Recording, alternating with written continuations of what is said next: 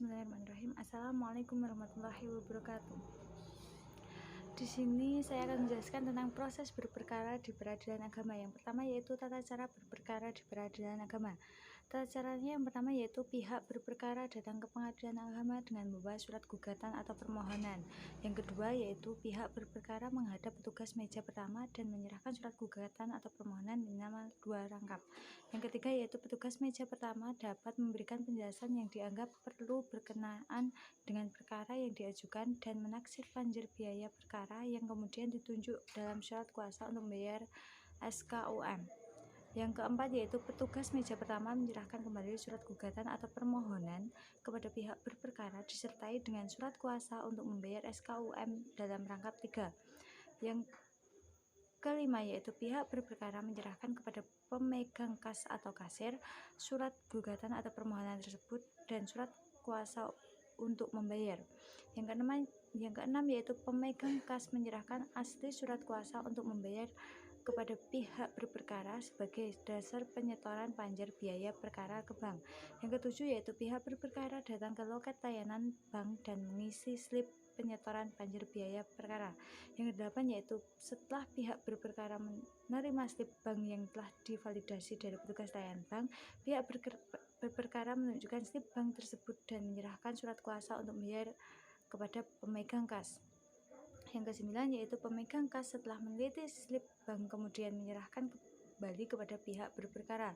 Yang ke-10 yaitu pihak berperkara menyerahkan kembali kepada petugas meja surat gugatan atau permohonan sebanyak jumlah tergugat ditambah 2 rangkap serta tindasan pertama surat kuasa untuk membayar.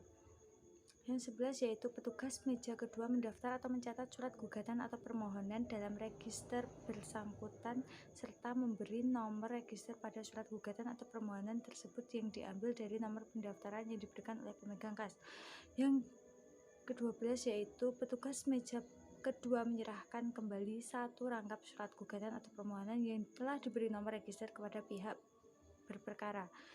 Yang terakhir yaitu petugas meja kedua menyerahkan kembali 1 rangkap surat gugatan atau permohonan yang telah diberi nomor register kepada pihak perkara. Pendaftaran selesai.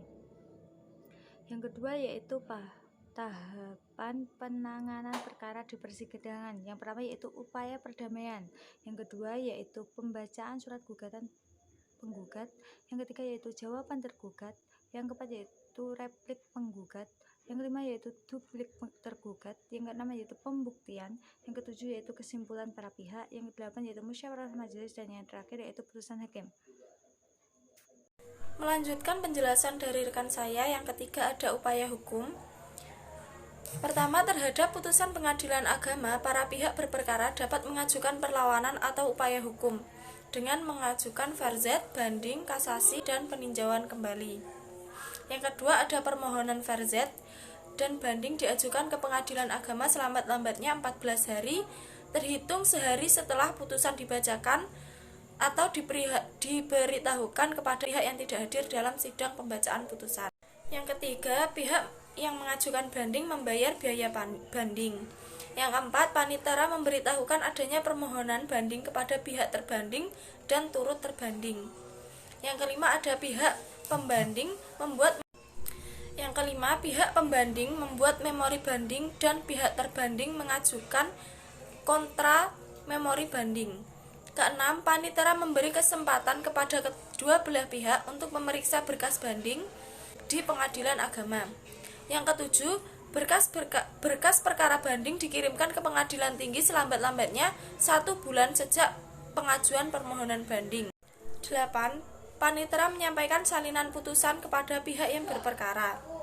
9. Apabila para pihak tidak menerima putusan banding, maka para pihak dapat mengajukan upaya hukum kasasi ke Mahkamah Agung, yang prosedur dan tata caranya hampir sama dengan prosedur dan tata cara pengajuan banding.